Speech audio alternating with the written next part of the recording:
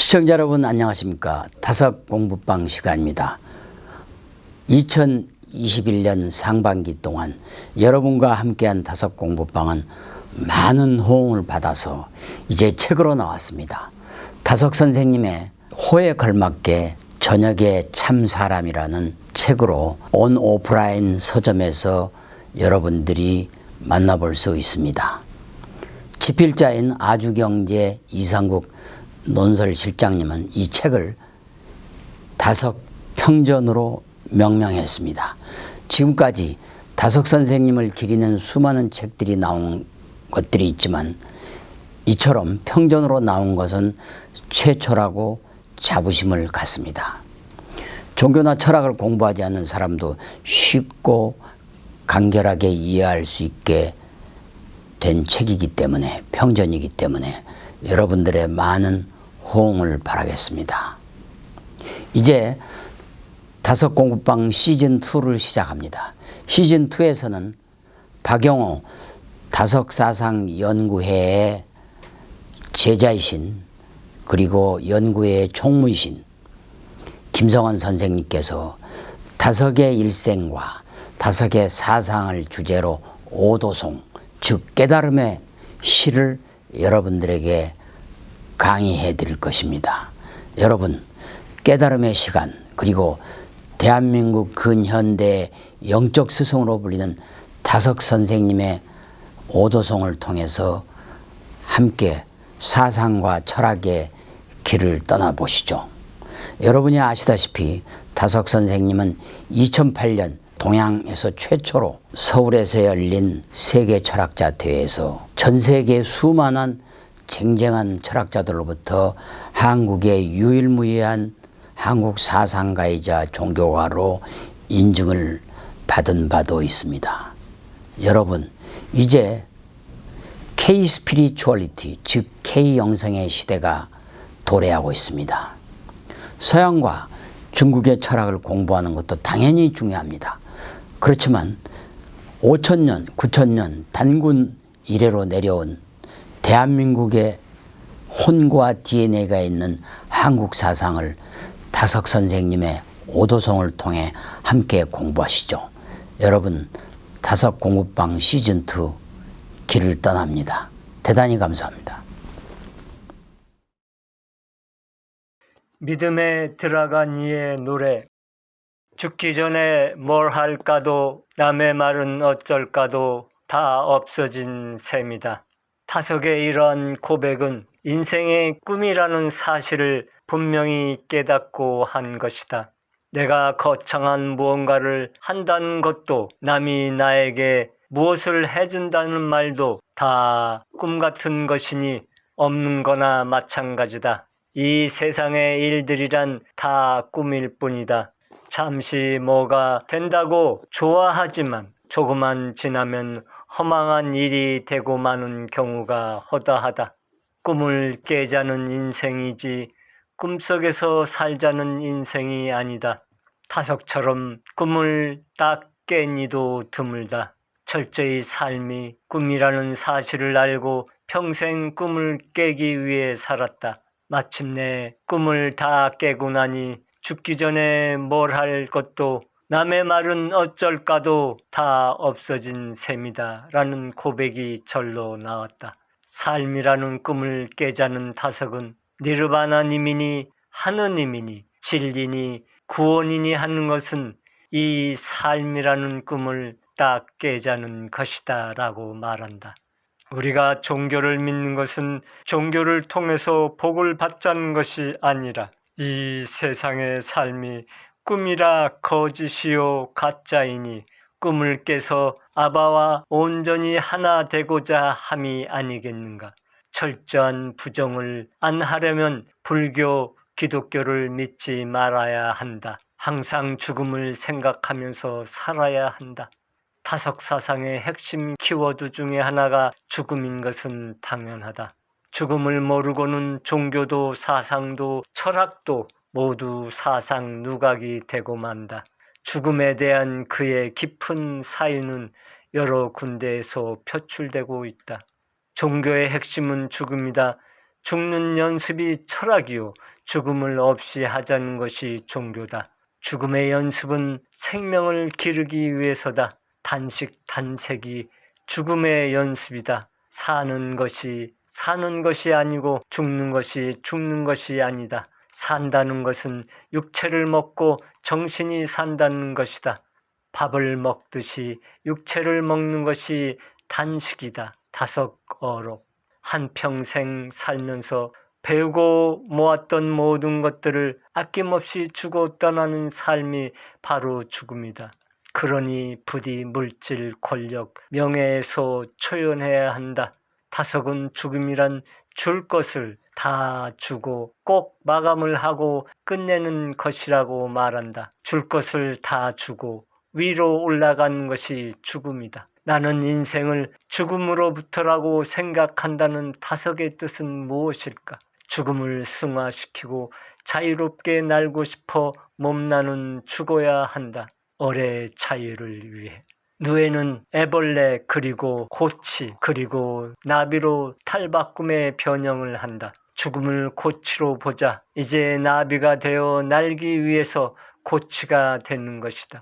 죽음이란 나비가 되기 위한 준비다. 그러므로 죽어야 한다. 어뢰의 자유를 위해 몸은 죽어야 한다. 몸에 죽음이 없으면 어뢰의 자유도 없다. 다섯어록. 죽음의 사신에 귀 기울이는 현자가 되어라.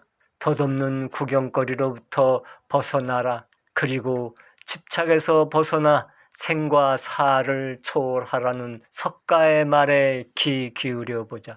죽음의 사신이 언제 찾아올지 아무 생각도 없고 귀 기울이지 않는 자는 누구나 남루한 육체에 머물며 오랫동안 고통 속에서 살아가리라.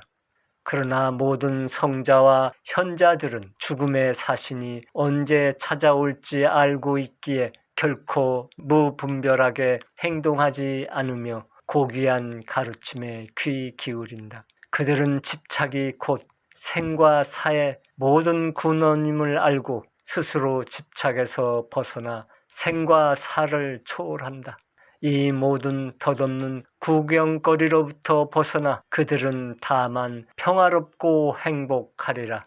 죄와 두려움은 사라지고 그들은 마침내 모든 불행을 초월하리라. 예수는 죽기 위해 왔고 죽을 수 있는 것이 정신이다라는 놀라운 말을 건네니가 타석이다.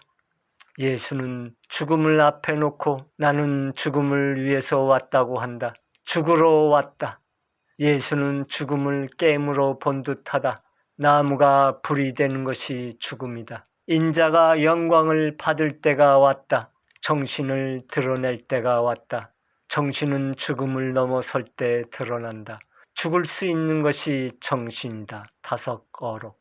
죽기 싫고 죽음을 두려워하는 우리 같은 범부들에게 다석은 죽음은 없다라고 죽음으로부터의 해방감을 던져준다. 죽음을 무서워하는 육체적 생각을 내던져야 한다. 죽음의 종이 되지 말라. 죽기 무서워하여 육체에 매여 종노릇하는 모든 일을 놓아주려 하는 것이 하늘의 말씀이다. 왜 밥을 못 잊을까? 죽을까봐 그런 것이다. 다석의 말에 고개가 절로 숙여진다. 매일 밤마다 찾아오는 죽음이라는 잠, 깨어있는 삶을 살아야 죽음이 삶을 강하게 하고 삶의 존엄성을 부각시켜준다는 것을 알게 된다고 안젤름 그랜 신부는 말한다.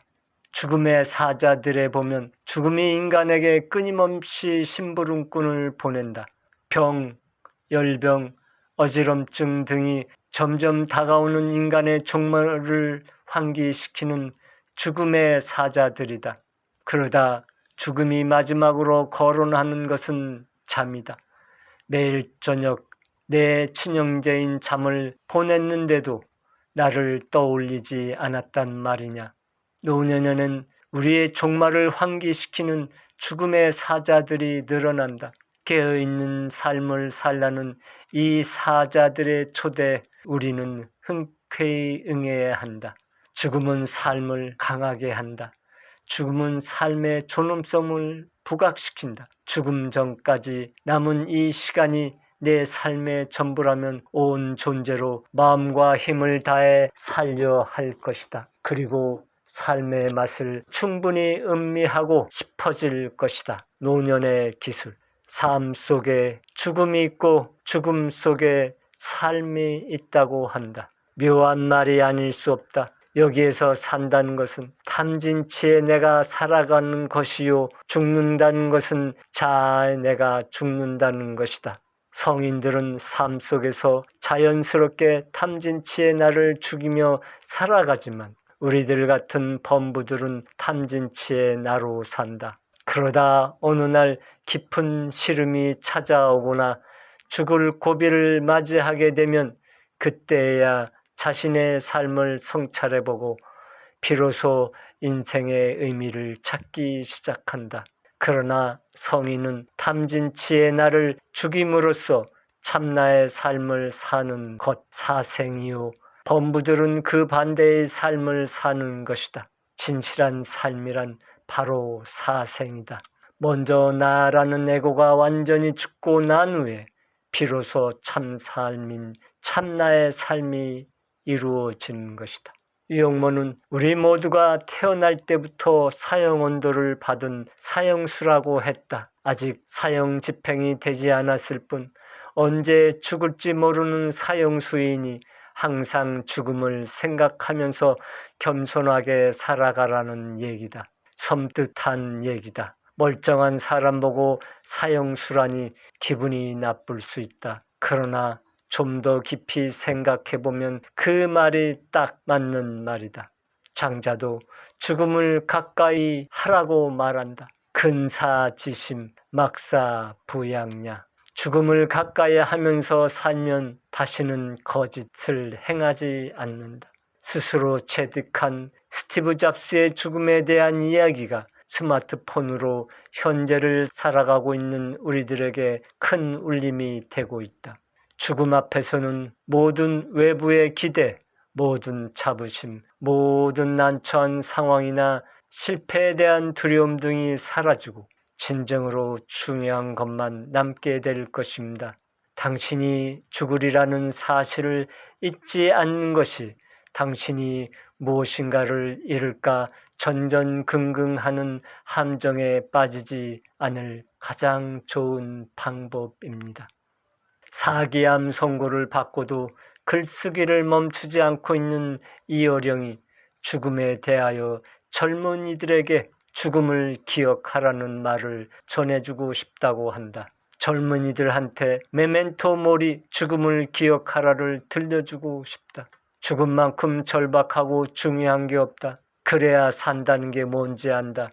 사막의 갈증, 빈 두레박의 갈증을 느낀 자만이 물의 맛, 삶의 맛을 아는 것과 같은 이치다.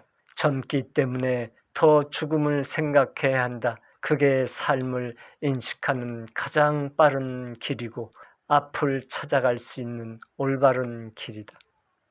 우리를 가장 자유롭게 하는 것은 죽음이라는 톨스토이의 메멘토 모리, 잘 죽는 것은 더욱 중요한 것이라고 한다.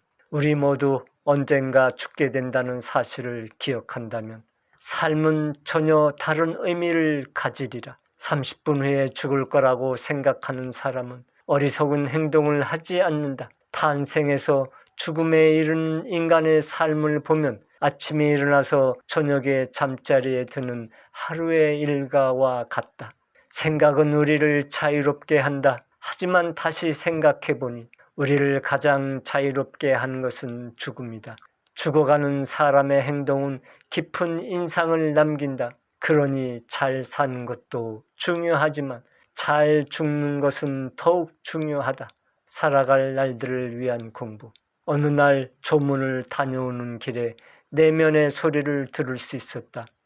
내가 바로 송장 후보다. 이렇듯 살아있다는 것이 언제 죽음이 찾아올지 아무도 모르니 죽음을 준비하면서 살면 죽음의 초연한 자유인이 되어 살 수 있는 것이다. 그런데 지금 사람들은 어떤가? 100세 인생이라 하면서 남의 죽음을 나와는 전혀 상관없는 것으로 생각한다. 무엇이 그토록 죽음을 잊어버리고 살게 만드는가? 돈인가, 욕정인가, 권력인가, 명예인가?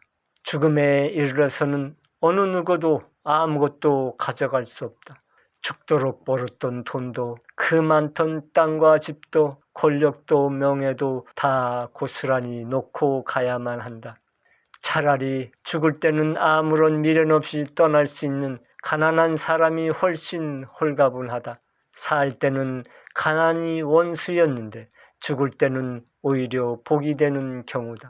거꾸로 부자들은 호의호식하며 뽐내고 남을 무시하며 살았지만 죽을 때는 너무나 쓸쓸하고 외로워 죽기가 힘들다. 삶의 애착이 컸던 만큼 죽음의 충격 또한 크다. 그래서 죽음은 사람을 평등하게 만든다. 죽음 앞에선 어떤 누구도 죽음을 거역할 수 없다. 그때에는 오직 미소 지을 수 있는 사람만이 인생의 승리자가 된다. 죽는 날이 바로 일찍부터 죽음과 함께 살아온 사람들의 잔칫날이 되는 것이다. 성인들의 죽음이 이런 것이다. 춤을 추고 웃음꽃이 피는 죽어서 다시 사는 삶이 되는 것이다. 영원히 기억에 남는 영생의 삶이 시작된다.